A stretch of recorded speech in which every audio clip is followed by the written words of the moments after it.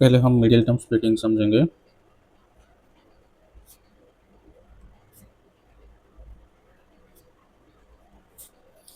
देखो middle term splitting को एक एग्जांपल से समझते हैं। यानी कि हमारा जो स्टैंडर्ड फॉर्म होता है क्वाड्रेटिक इक्वेशन का वो होता है a x square plus b x plus c. तो मिडिल टर्म स्प्लिटिंग में हम क्या करेंगे, पहले हम ए इंटू सी करेंगे। जो ये वाला पार्ट और ये वाला पार्ट पहले उसको मल्टीप्लाई करेंगे, जो आएगा उसको क्या करेंगे, ये जो बीच वाला पार्ट है बी एक्स वाला पार्ट है उसको हम एस से तोड़ेंगे। बी एक्स वाला पार्ट को हम एस से तोड़ेंगे, इसको जोड़ने पर या फिर घटाने पर बी एक्स आएगा और मल्टीप्लाई करने पर ए इंटू सी आएगा। तो इसको एग्जांपल से समझते हैं। Suppose example 2x² minus 8x plus 6। तो इसको क्या करेंगे, पहले हम a और c को गुणा करेंगे। ये हो गया 2x² इंटू 6, ये हो गया 12x²। तो फिर और ये जो 12 है इसका एलसीएम निकाल लेंगे, जो प्राइम फैक्टराइजेशन होते हैं वैसे कर लेंगे। और 3 4 जा और ये 2 2 जा। तो ये जो बीच वाला पार्ट है हम देखेंगे कि इसको कैसे लेंगे, तो ये जो 12x² है वो आएगा।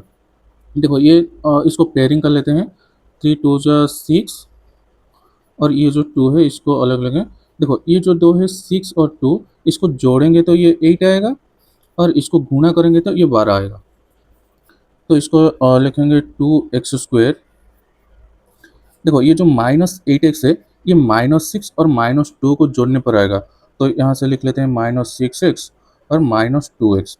देखो ये क्या हो गया, -6 -2 -8 और ये x x, तो यहाँ पे +6। तो देखो इसको गुणा करेंगे तो 6 2 जा 12 और x इंटू एक्स x²। तो ये 4 टर्म्स हो गए। इसको दो दो टर्म में बांट लेते हैं और यहाँ से देखेंगे क्या कॉमन आता है।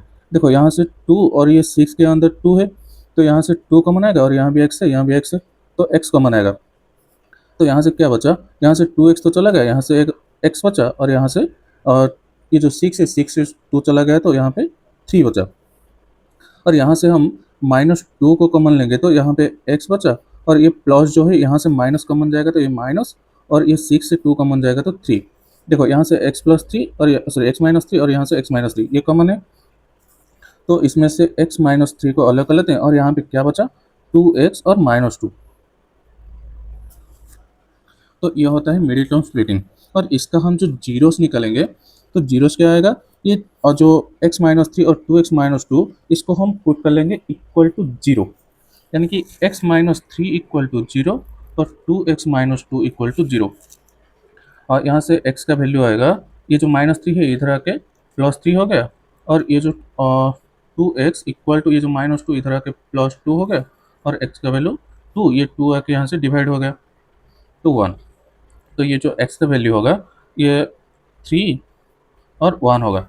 ये जो x का वैल्यू 3 और 1 आया, तो ये 3 को जब हम इस इक्वेशन में पुट करेंगे तो इसका वैल्यू 0 हो जाएगा और 1 भी पुट करेंगे तो इसका वैल्यू 0 हो जाएगा।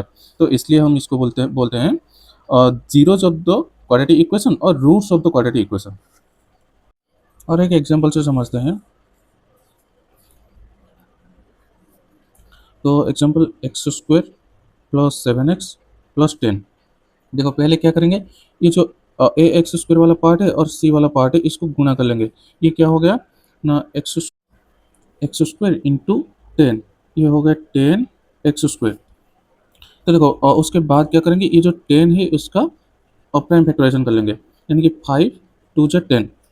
तो देखो ये जो बीच वाला पार्ट है इसको हमें ऐसे तोड़ना है कि जो ऐड करेंगे या सब्ट्रैक्ट करेंगे तो ये 7x आएगा और मल्टीप्लाई करेंगे तो ये 10x² आएगा।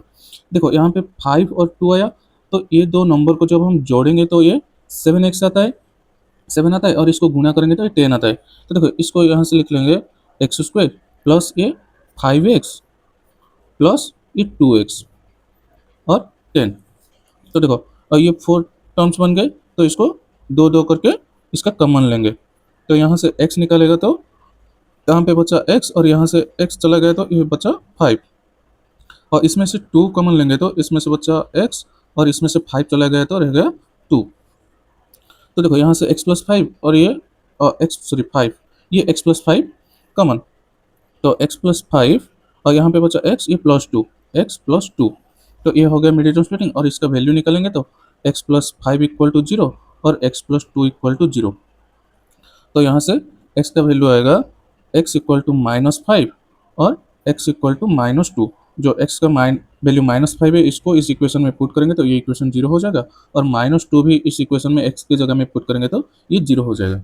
अब हम देखेंगे ये जो जीरोस निकाले, इस जीरो और जो इक्वेशन में कोफिशिएंट्स है उसके रिलेशन क्या है।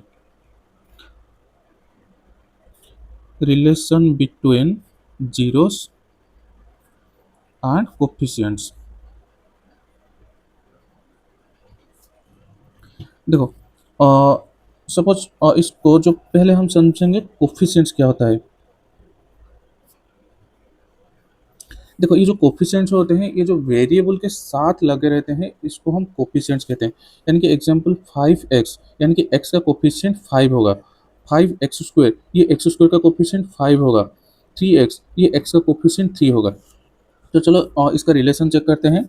हमें एक एग्जांपल लेना पड़ेगा, जो कि example x² minus 2x minus 8।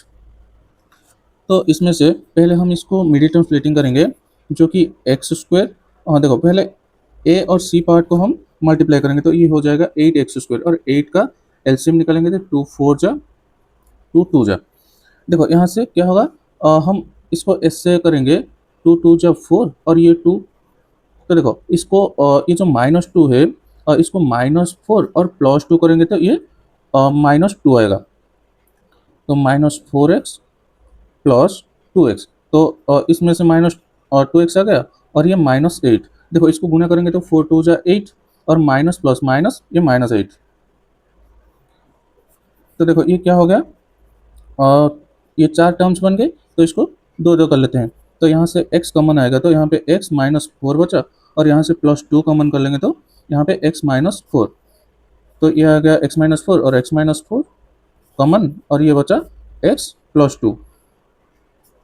तो देखो यहाँ से हम x का वैल्यू निकालेंगे तो इसको पुट कर लेंगे जीरो से, x minus 4 equal to zero और x plus 2 equal to zero. तो ये हो गया x इक्वल टू 4 और x इक्वल टू माइनस 2। तो ये हमारा दो, और जो x का दो वैल्यू आ गए जो जीरो से, इसको हम ले लेते हैं, एक को अल्फा इक्वल टू 4 और बीटा इक्वल टू माइनस 2। जो रिलेशन होता है,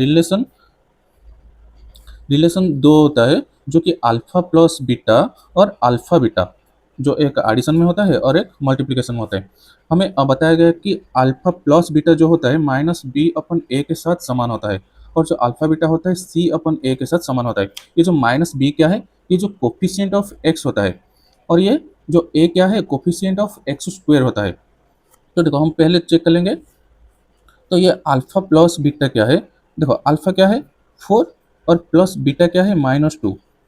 तो ये हो गया 4 माइनस 2 इक्वल टू 2। तो हम माइनस बी अपन ए चेक कर लेते हैं, माइनस बी अपन ए। तो यहाँ पे जो इक्वेशन है, इक्वेशन में b क्या है -2, तो यहाँ पे माइनस है तो माइनस ऑफ -2। ए में क्या है, ए में कुछ नहीं है तो 1 है, तो -2 अपन 1। तो ये हो गया minus minus plus 2 upon 1 equal to 2। देखो यहाँ पे अल्फा प्लस बीटा को जो एडिशन किए तो इसका 2 आया, और माइनस बी अपन ए किए तो 2 आया। तो ये रिलेशन सेटिस्फाई करता है। और अब हम देखेंगे जो गुणा में है, अल्फा इंटू बीटा, तो अल्फा इंटू बीटा क्या आएगा, अल्फा 4 इंटू बीटा होता है -2, तो ये आ गया -8।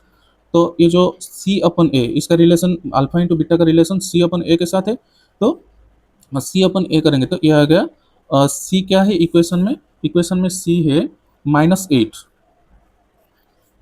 और ए क्या है 1, तो सी है -8 अपन ए इक्वल टू 1। तो ये आ गया -8। देखो यहाँ पे अल्फा इंटू बीटा -8 है, और सी अपन ए भी -8 है। तो ये इक्वल है, जो अल्फा प्लस बीटा इक्वल है माइनस बी अपन ए के साथ, और अल्फा इंटू बीटा है सी अपन ए के साथ। तो ये हो गया रिलेशन।